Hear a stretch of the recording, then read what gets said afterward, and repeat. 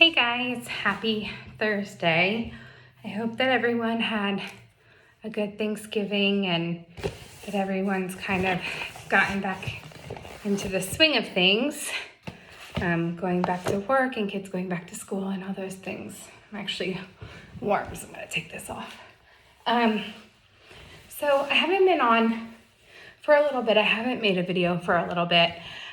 We just, are in the season of life where my kids have been constantly sick and we're just trying to keep our head above water. But more than that, I just have been trying to figure out what my goal and my purpose is of making these videos on here. I'm sure that when most people see these videos and they see me putting on my makeup, the first thing they think is like, how annoying is this? And just completely scroll past because they don't want to be sold something. And I understand that. I totally get it. But here's the thing. The makeup for me, I think, is just maybe a way for me to not have to sit here and just talk directly to you guys the whole time. It's really not about selling makeup at all for me, for you guys. I don't care if I sell makeup. I just don't. The reality of it is that my family doesn't need the income. I don't need to sell anything. I have a full-time job. My husband has a great business, and that's not really what I'm here for.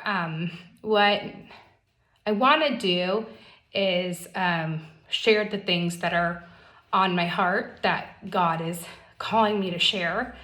And I just keep praying to God to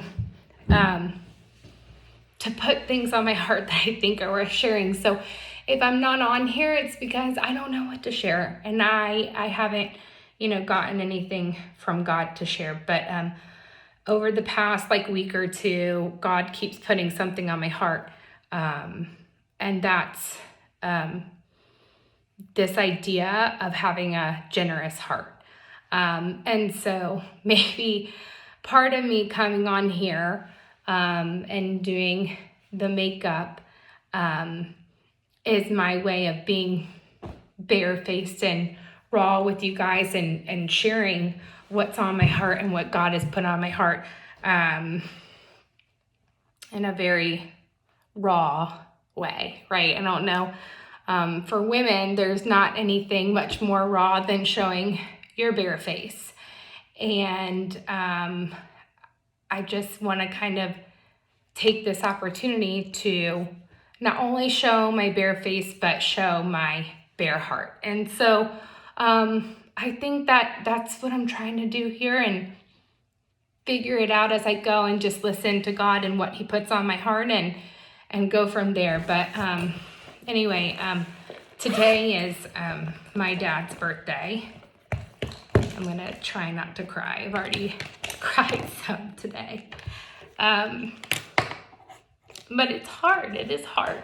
I love my dad very much. And, he's been passed for 2 years now. And days like your loved ones who's past birthdays they're hard. And so I've been thinking a lot about my dad today. And one thing about my dad is that he had such a generous heart. And he was always giving freely to those who he loved and those who were in need. And, I think that that's a really admirable quality. And so I've been praying for God to put something on my heart where I felt like I could find meaning or purpose or a place. And, it's kind of crazy now that I think about it, that this book, I didn't buy it, I didn't order it, it just showed up at my house. And it's called Andy Stanley, How to Be Rich. It's not what you have, it's what you do with what you have. And so it says, Command them to do good, to be rich in good deeds, and to be generous and willing to share. And so just thinking about my dad, and after reading this book, God has literally placed at my front doorstep a calling to have a generous heart. And so I've been thinking about this for a while. And it's a really hard topic once again. And with all the Roe versus Wade stuff, I understand that people have really strong convictions on pro-life or pro-choice. And I can admit that when I was younger and before I really had found God in my life, I thought, I was completely pro-choice. And that if ever someone got pregnant who didn't want to be pregnant, that they should have the choice to be able to abort that child. And it was their choice and it was their body, and that they should be able to do what they want. And here's the thing. I understand that there are some people in life who aren't ready for children. But now that I am a mother and I have carried a child in my own womb and felt that child and prayed for that child, I feel differently about it now. And I'm not judging anyone if you've ever made the decision to have an abortion, because I'm not the judge, right? I mean, I can only imagine how terribly hard that decision must have been and the circumstances that must have brought you to that decision. And my heart genuinely breaks for anyone who's felt like they've had to make that decision. But now with Roe versus Wade being overturned and people having less choices of what they can do if they have an unwanted pregnancy, I've been thinking about, as a Christian, that it's not just enough to just show up and say, don't have an abortion, okay? That's the easy thing to say and the easy thing to do. But what I feel called to do as a Christian is, if we're going to encourage people to not have an abortion who feel like they are not ready or do not want a child for whatever reason that is, it could be any reason, that we're not just, condemning them and telling that they shouldn't have children, but actually providing them with the resources to have alternative options. I was at one of my daughter's friends' birthday parties, and a woman who I know who's, a strong Christian, she came to the birthday party and she was a little shaken up, and she told this story about how there was this baby that was abandoned for dead in Georgia, was just left in the woods, and somebody heard the baby crying, and they thought it was like an animal that had been hurt, and they were just going to ignore it. And then this man's daughter encouraged him to go out and see what it actually was, and they found this baby in a bag. And so my friend was telling me the story, and she said, well, it was the weirdest thing ever, because the police had come to her house, or an investigator had come to her house and had asked her about a woman who purchased their previous home, and asked them all these questions was she pregnant, or did she act weird, or any of these things. And my friend just basically said we had just seen her for a couple minutes in the closing of the house, and she seemed perfectly normal and fine and all these things. Come to find out that the woman who bought her home was actually the mother of the child who had been abandoned in the woods. And she basically said that, they had seen the story of the baby who was abandoned on the news, and she and her friends had talked about it for like quite some time, and then they never put two and two together until basically, I guess there was some DNA testing that was done to determine that the woman who had purchased her home was the mother of the baby that had been abandoned. Now, the wild part is that this woman was already a mother to several children. And so I don't know the circumstances behind why she abandoned this baby in the woods. But what it made me think was, how sad is it that this woman felt that she had no other option but to leave this baby for dead in the woods. And then later this year, I stumbled upon this organization, and it's called Safe Haven Baby Boxes. So for those of you who don't know, Georgia is actually a safe haven state.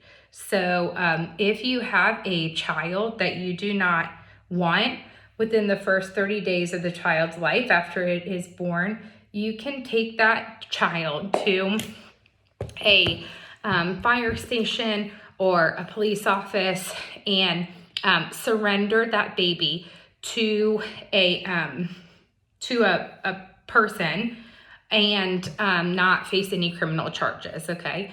And that is a safe haven law, and it's supposed to deter people from doing things like that woman did, which is just abandoning their baby in the woods. I've heard of babies being thrown away in trash cans and things of that sort. There was a young teenager who threw her baby away at the trash can at the hospital after actually having her baby in the hospital. And in my opinion, those are the actions of people who are in a state of desperation, okay? And they feel like they have no other solution.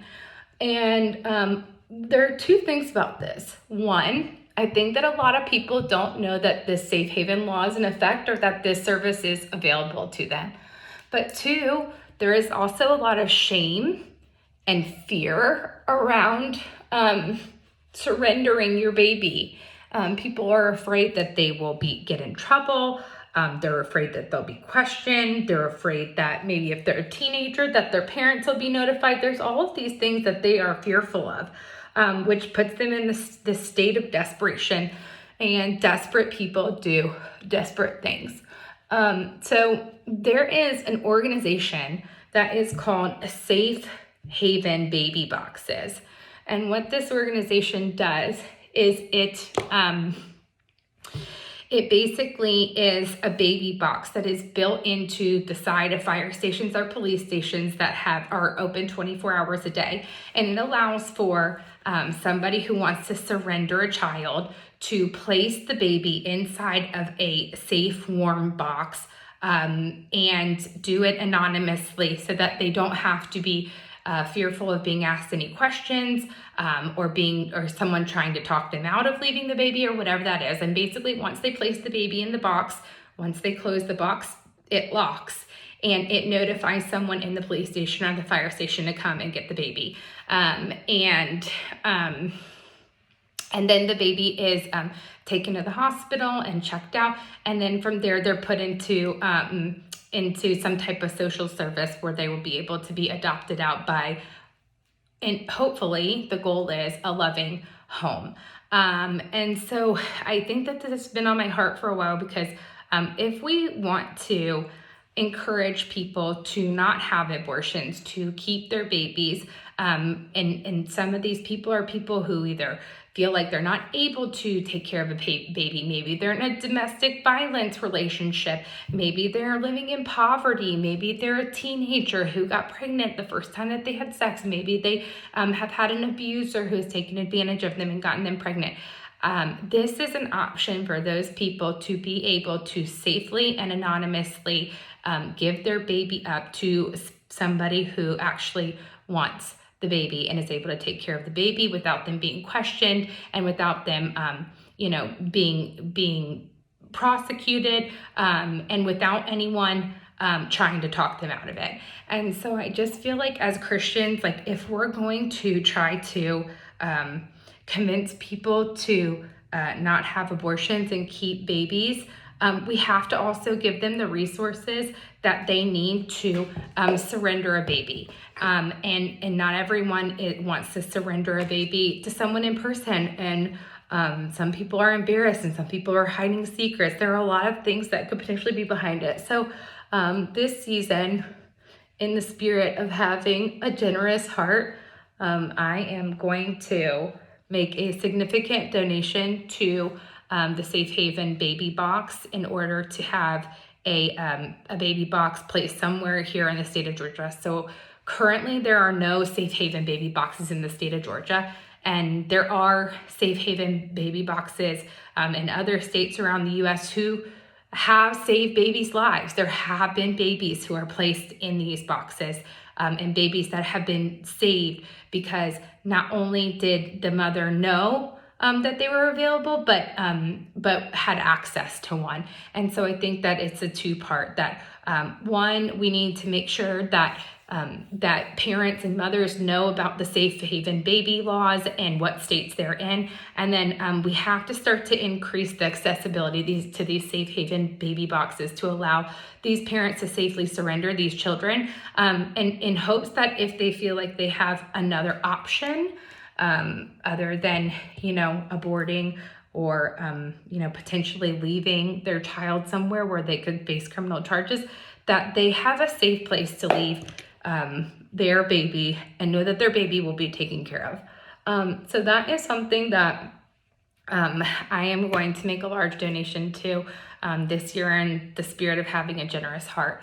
And I've done some research. I might start a fundraiser. I just have to do some additional research of what all needs to be done in order to collect funds to create a Safe Haven baby box. I know that you need to have different approvals. I'm not sure exactly what those are. I need to read through all the package, but this is something that my heart's been calling me to do for a while now. And so hopefully I can do something that makes a difference in someone's lives or in the community to help, save a baby's life and maybe give somebody who's struggling another option other than abortion for a child that they are carrying. Like I said, I'm not trying to take a stance one way or the other. I understand how terribly difficult that it could be having to abort a child, and I don't think that people make that decision lightly. But I feel like as Christians, if we can give people resources and alternative options to that we're doing more than trying to shame people. Like, let's stop shaming people. That's not what we're here for.